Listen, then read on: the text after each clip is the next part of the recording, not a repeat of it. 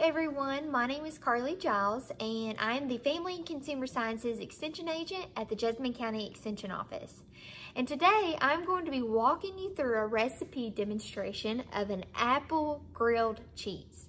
Yes, I said apple grilled cheese. So this recipe is a way to elevate your grilled cheese by adding some fruit and even some vegetables to it. So before we get started with the recipe demonstration, let me just share with you what the ingredients are. So this recipe is actually from the Cooperative Extension's Food and Nutrition Calendar. So you maybe have even gotten a copy of this, and if not, don't worry, we can share the recipe with you.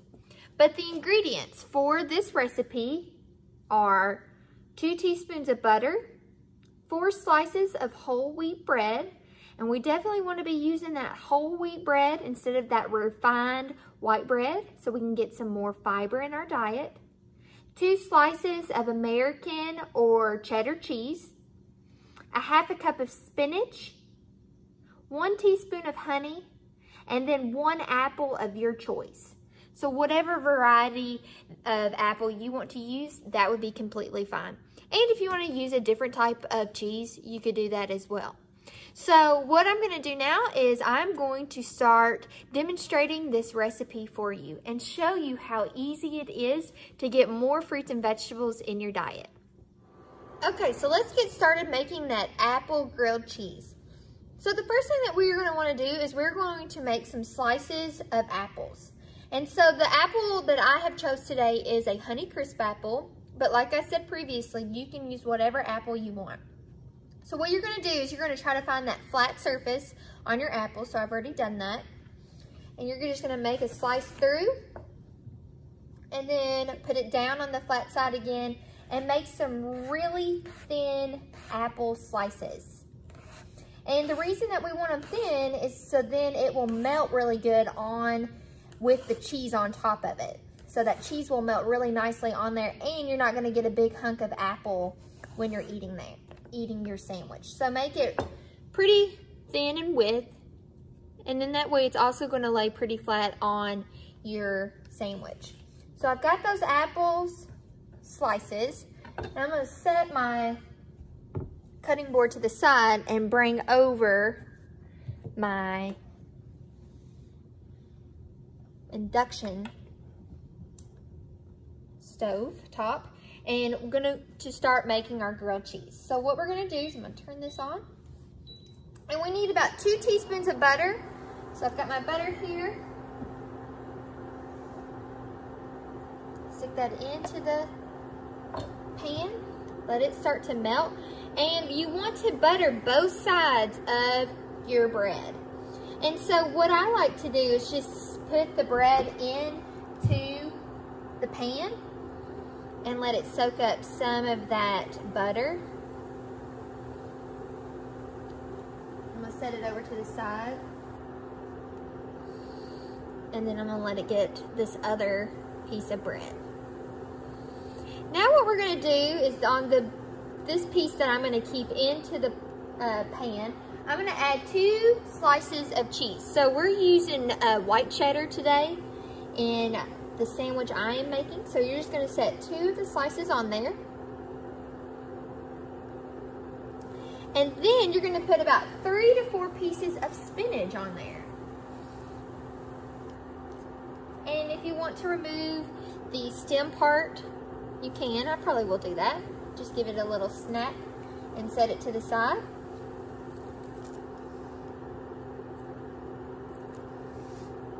And then after you put that on there, you're going to just do a drizzle of honey.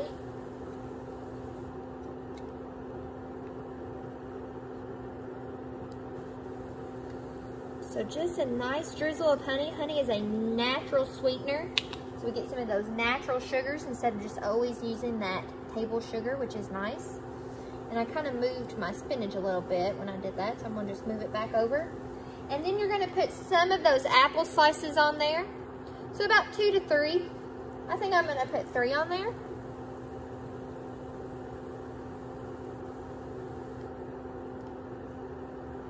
And then we're going to take that other piece of bread that we had already buttered, and we're gonna put it on top.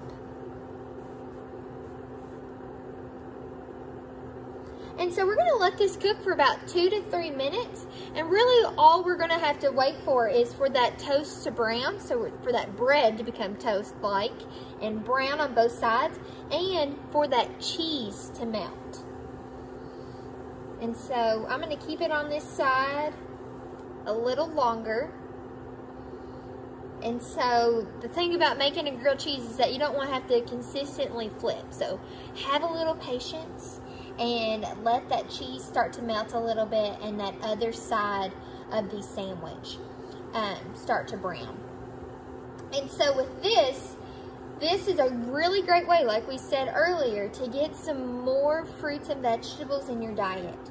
So the vegetables from the spinach and the fruit from the apple. Now when you cut up this apple, the cool thing is that you also have some left over that you can just eat alongside your sandwich. And so use that instead of eating the chips that maybe you usually eat with your grilled cheese. And so this would be a great alternative to then always putting some chips on the side. Or you could simply just make you a side salad. So you could have some spinach on the side, top it with some apples. Maybe you have a certain type of cheese you could sprinkle over that with a nice vinaigrette, and then that can be your side dish as well. So I don't want to flip it yet. And when that cheese starts to melt, that will also help bind the sandwich together. So it helps keep the sandwich all together.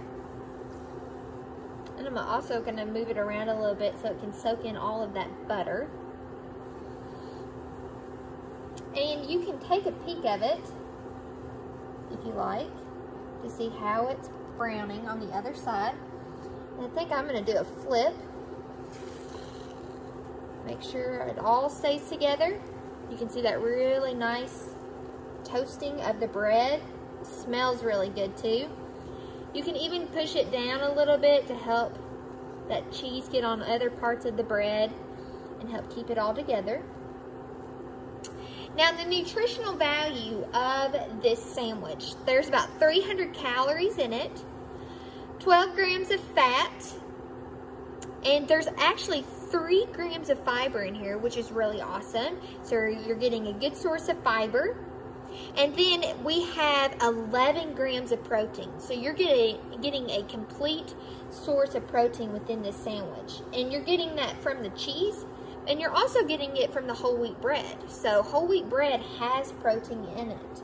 So we don't always have to have meat to get some protein in our diet. I'm gonna move these apples over for when the sandwich is done, because I will move it to my cutting board to then make a good slice in the middle to eat my sandwich. So I've got that ready. So it just needs a few more minutes, I do believe. Let's see. It's starting to brown really nice. The cheese is starting to melt. I can see all that. It smells really, really good. So let's take another look. Yep, it is complete. So I'm going to take my sandwich to the cutting board, turn off